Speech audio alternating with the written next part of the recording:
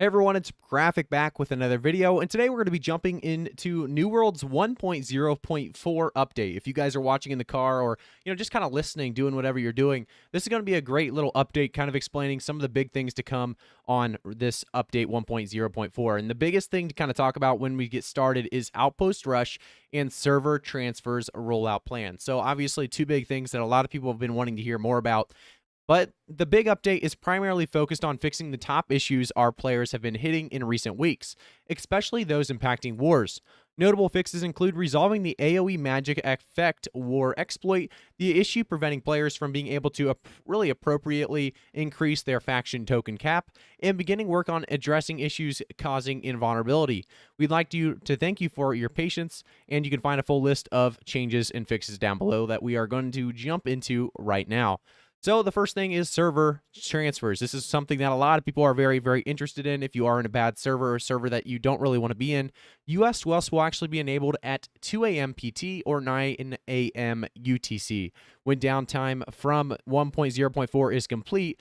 After we monitor server transfers in US West to ensure no new issues are encountered, we will re-enable it for the remaining regions at 2 p.m. PT and 9 p.m. UTC. So US West is going to pretty much be the guinea pig when it comes down to these server transfers this time around. Going down a little bit farther, we see Outpost Rush, which is, by the way, one of the biggest things that I believe needs really a huge fix. This needs to be out and about right now. People love this. It's a great way to generate gold. It's one of the main reasons I love this game is because of the PvP in it, and Outpost Rush being one of the big, really, ways to PvP. Currently, I think it's a needed fix. So it's great to see this. South America, 2 a.m. PT, when downtime from 1.0.4 is complete.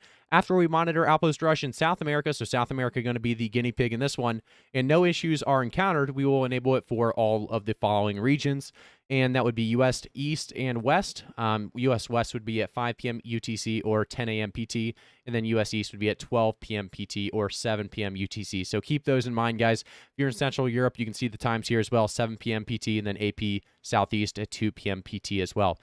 Our goal here is to adhere the schedule above, but may adjust based on, obviously, problems and issues that may occur, basically what they're getting out there. I do want to talk a little more about general changes, though. There's a lot more to the patch that a lot of people don't really realize. So here we moved the Everfall starting beach to funnel new players through the other 3 locations to increase the probability of new players and friends being able to start together as well. So kind of a benefit there. Everfall was already, a hub for a lot of high-level players, so it's probably good to see, some of these players going to First Light, Monarchs Plus first. They get to see those regions that they probably won't spend too much time in later in the game. The first house discount reduces the purchase price, but does not reduce taxes. However, the UI indicated players that their taxes would be reduced, so UI fixed there. Slightly improved performance within wars. So war performance altogether is going to be slightly improved with this change here, and that's definitely something a lot of us are looking forward to. Slightly improved the performance of the life staff with changes to the passive abilities, Mending Touch and Blissful Touch. So that's going to be a correction for life staff. Hopefully that's going to help them out. And then in Update 1.0.3, they actually corrected a bug causing companies to lose income from owning multiple territories or from failed war declarations. With this update, they're reimbursing lost coin revenue. This is huge. Companies are going to be very, very pleased to hear this. We also have, with increased faction toe cap be early by 50% for each faction tier, we made this change so that players can earn extra tokens even if they've hit the reputation cap and want to save up while advancing to the next faction rank. So all of you new players leveling up right now, if you're not hit 60 yet, if you didn't have your max faction rep, this is going to be very, very helpful for you guys looking to save some of your coins. Something that a lot of people have been hoping for with Azoth for quite some time. So general bug fixes, we're not going to go through every single one, but fixed an issue where faction toe caps were not increasing after players had completed the rank up quest the rank up quest for their faction, which is definitely huge. But they fixed basically a bunch of random issues. I'm going to kind of read through a few of these. But here we have fixed several rare server crash issues. That's going to be huge because a lot of people were having server crashes. Fixed an issue causing some AI not to spawn in the world as intended. Another good issue. fixed. And then we have fixed an issue where Murkguard, Corrupted Portals, and Shatter Mountain were distributing higher tier gear than intended and respawning faster than intended as well. So those are going to be lower spawns. Hopefully those are continuing to be working when this update comes. So this could actually fix Corrupted Portals when it comes to major Corrupted Portals. And I believe, this could actually be a huge, huge update for New World players altogether. I want to go down a little bit farther. Down here, we have fixed an issue where the ice pylon could stay on an infinite cooldown. We saw this we saw this bug, and it's been abused for quite some time, so it's good to see that being fixed. Fixed an issue causing the projectile visual to be absent from the ice gauntlet and ice pylon attacks, and then fixed an issue where players would be unable to complete a variety of game actions after fast traveling. So a lot of great things that have been fixed here. You can also see here fixed an issue with star metal and orichalcum ore veins, where large ore veins were rewarding small amounts of ore and small ore veins were rewarding large amounts of ore. So something that definitely needed to be fixed.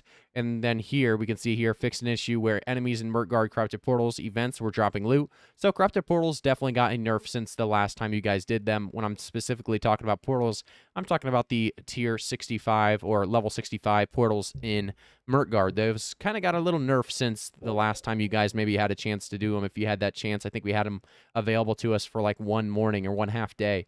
Some speculative fixes as well here. The fixes below are tentative fixes and mitigations. Our goal is to get these changes out to see if issues persist, so we can continue to work on them and address them in the future if necessary. So, fixed a war exploit where players could use area of effect or AoE magic effects to capture rally points without taking damage. This should be improved by war performance and live staff performance updates, but we will continue to monitor to see if the issue persists. Definitely a very, very big issue. War needs to be continuing to be in that spotlight. When it's such a big deal, if you lose a war, you can't be losing wars due to lag. And I think that's, something that's happened many, many times on many, many servers at this point. We have fixed several known causes of players being invulnerable. This issue is top priority for the team, and we are continuing to track down fixes for additional causes of this issue. So another great thing that they're doing here, another great fix. And then they have, last but not least, we have speculatively fixed the issue where players could get stuck after leaving Outpost Rush.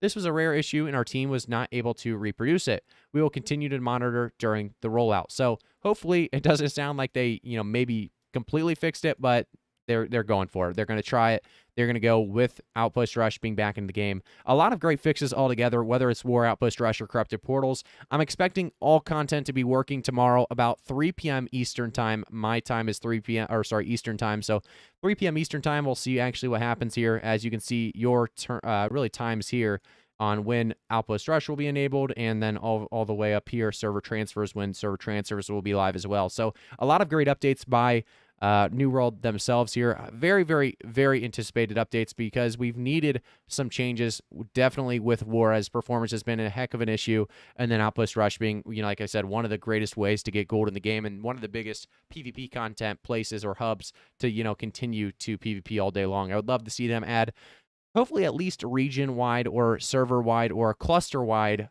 queue time, so we don't have, low queue numbers during the day, and only have queues pop at night. So we'll see what happens with that. We'll continue to keep you guys up to date on New World. So if you guys aren't already, make sure to like the video, subscribe to the channel, turn notifications on. You guys can also follow me on Twitch and Twitter. Both of those are going to be located down in the description below. I'll see you guys all in the next one.